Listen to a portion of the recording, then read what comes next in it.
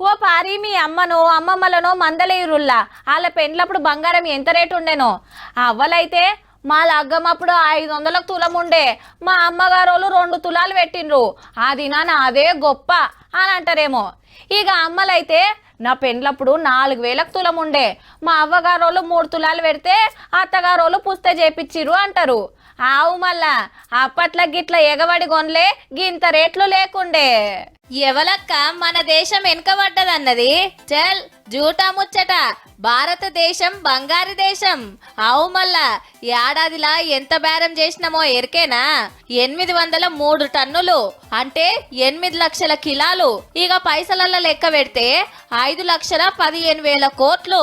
నిరుడు కంటే 43 టన్నులు ఎక్కువ, 23,000 కోట్ల దందా ఎక్కువ. 12 నెలలనే దేశమంతా గింతగానం కొన్నారంటే చూడుండ్రిగా.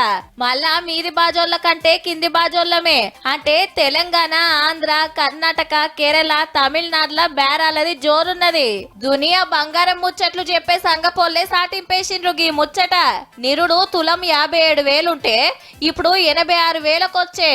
ఏకదమ్న గింత పిరమైన ఎగవడి కొంటుండ్రు గాని తగ్గే ముచ్చట్నే లేదబ్బా.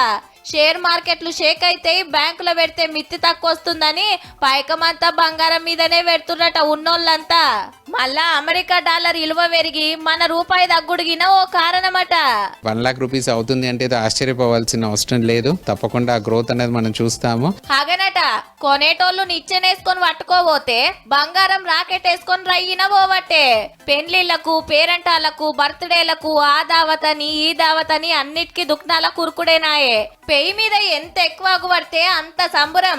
ఏహే మేమేమన్నా తక్కువనా అని మొగోళ్ళు దొడ్డు దొడ్డు గొలుసులు ఏళ్ళు అగుపడకుండా ఉంగరాలు పెట్టుకొని మాకు పోటీ రాబట్టిరి.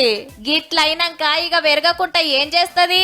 దీని రువ్వడి చూస్తాంటే లగ్గాల సీజన్లనే తులం 1,00,000 అయ్యేటట్టున్నది పో.